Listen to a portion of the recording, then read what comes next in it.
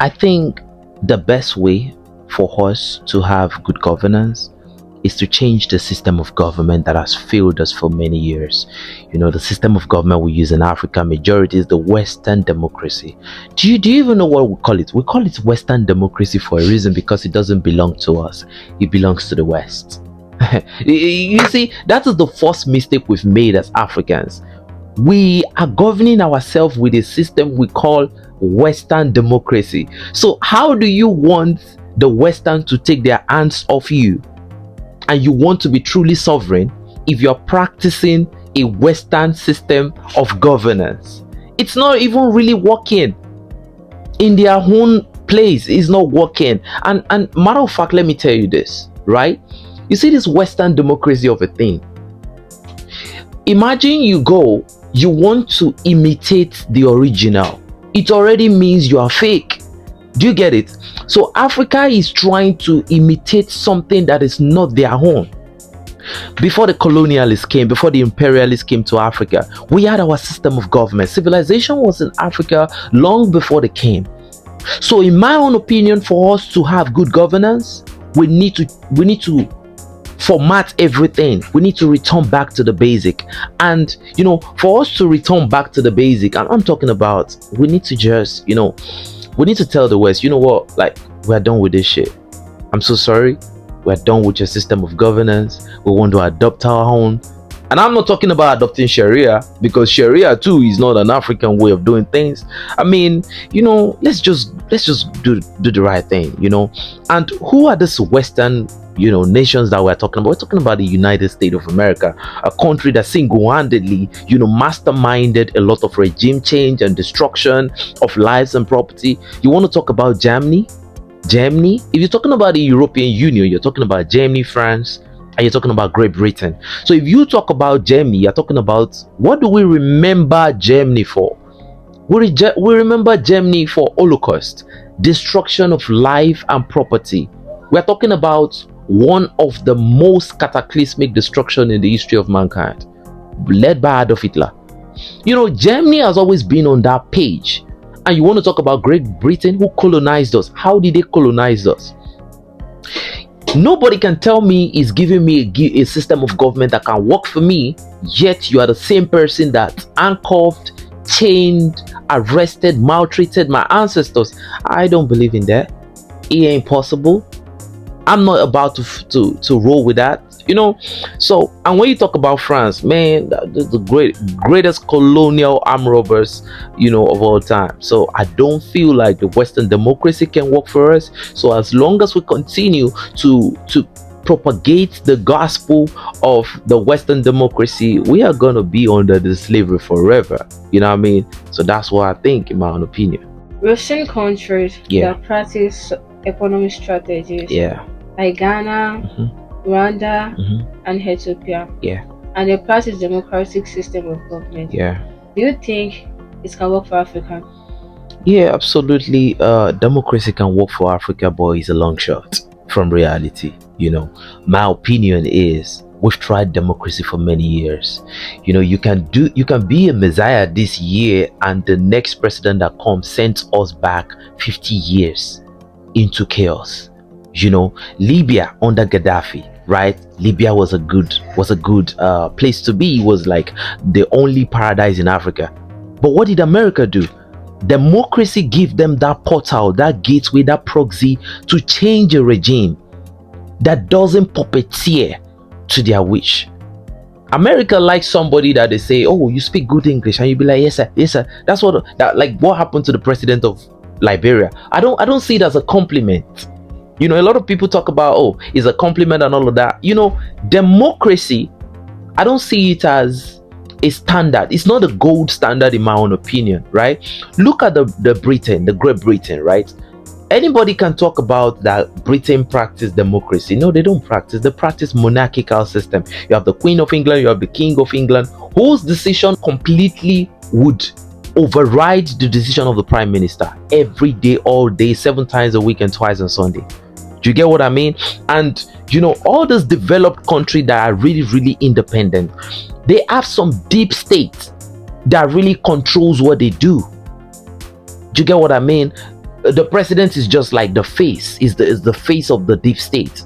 Whatever the deep state has decided is what they eventually come out to project. So for me, yeah, we've had a good president in Nigeria, for example. How long did he stay? I think less than a year, you know. And the next person that came was, you know, I think Goodluck Jonathan. The Goodluck Jonathan could not perform the way what's the name?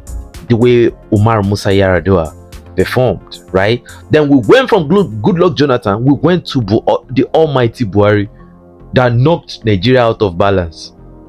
Then we came to Asiwaju Bola Ahmed Tinubu, aka BAT. This man has battered the economy of Nigeria back to 1960. Look at what it does. Nigeria was a country where at some point $1 was equal to 1 naira. Can you believe that? While I was growing up, I met white people teaching us in Africa here. They were working in water corporation. I can show you some of the buildings they lived in where I come from. You know, they had this structures, this very unique Western structures. But now $1 is 1,530 naira officially. In the black market is something different. Nigeria has been paralyzed on several levels. So for me, using Nigeria as a case study where you can really bribe people to change, you know, who really won the election. I mean, oh man, to me, it's working in Ghana right now under John Dramani Mahama. It's working in Ethiopia. There was a time they had to fight, you know, terrorism before they get to this point. And you talked about one other country.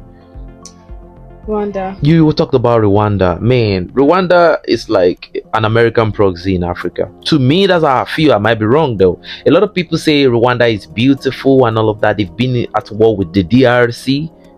You see, the way Rwanda tried to end their conflict with DRC just gave me this type of imagination that is Rwanda working for the US? Because you troubled DRC to the point where when Donald Trump came in to stop the war, Donald Trump had to say DRC has to give them majority of their mineral mining rights. That's diabolical. So in my own opinion, I think this concept of democracy has to change. You know, we need something different in Africa. You know, look at the Confederation of AES. Those guys are, you know, they are defying the law of physics.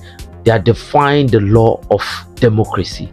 And they are doing great. They are enjoying, you know, they're enjoying the real benefit of good governance.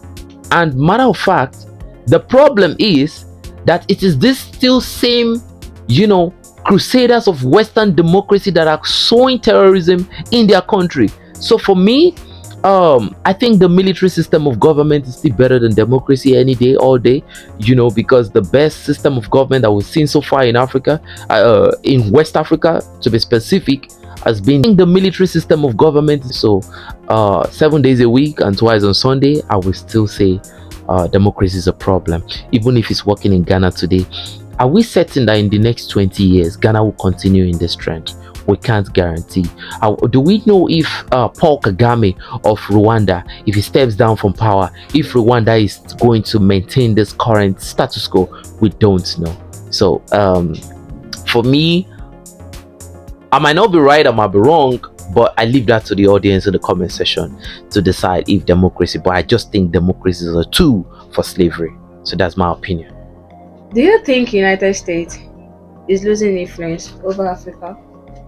Yeah, I actually think the United States is losing its influence over Africa, and it's losing it massively. It's losing it in a very vast way, you know, because the African community are beginning to see that allying yourself with the United States is like getting disrespected on so many levels. Look at the United States Africa Economic or Business Summit, what they call it. You know, it was a show of master to slave. Donald Trump literally told the president of Mauritania, please, hello. That was what he was saying, literally, that the man should stop talking. This is the president of some millions of people. That's the representative on the global stage. on national TV. You told him you will, oh yes, I appreciate it, but you can say, let's go to, you invited 5 presidents and you told them, the whole 5 presidents, you had the cojones to tell the 5 presidents to just tell you their names and their countries. Just 5. How many countries do we have in Africa? So if it was just the entire African countries, what would he have said? Everybody should shut up and he wants to talk. So in terms of respect, because one of the diplomatic pillars is that you have to have significant level of respect for your allies, partners. You see other countries as partners, trade partners, defense partners when it comes to procurement of military equipment and all of that. But Donald Trump has proved to us that I think America generally has always proved to the rest of the world that they are the fathers, like they own the world. But the world is beginning to see that this is not the case. Russia is rising. China has really proved to all of us that men lie, women lie, but numbers don't. China is ahead of America when it comes to technology, when it comes to trading. And look at the whole sanction they've put on Russia recently. Russia has bypassed it. So we are going from a unipolar world to a multipolar world where everybody don't have to depend on the United States of America. So now you can depend on China to trade, you can depend on Russia to trade, you can trade with North Korea. You can't just, because you are the global hegemony, you can't just decide to put sanctions on a lot of African countries are under the sanction of the United States. So I feel like as times goes on, the United States will continue to lose influence. When you talk about Nigeria now, United States does not have good, diplomacy with Nigeria. Nigeria is a partner of BRICS now. You talk about countries like Niger, Mali, Burkina Faso. You talk about Egypt. That's the strongest country in Africa. Doesn't have diplomacy with the United States. They have diplomacy with China and Russia. They trade. They bypass the SWIFT system, which is the whole system of transaction. Now they are doing currency to currency. If the US has not lost its influence in Africa, it's a matter of when. It's not a matter of how will the US lose its influence in Africa. The US has completely lost its influence, and it didn't lose its influence because of arrogance. It lost its influence because of how the US treats its partners and allies. What China will sell to you for $10, the US will sell it for $100. Come on now, it's everyone's decision to make. Who do you want to partner with? The United States that mistreats you, or China or Russia that treats you with great respect? We saw, look, let me just give a comparison, right? Compare the United States Africa Business Summit in 2025 to the Victory Day celebration in Russia.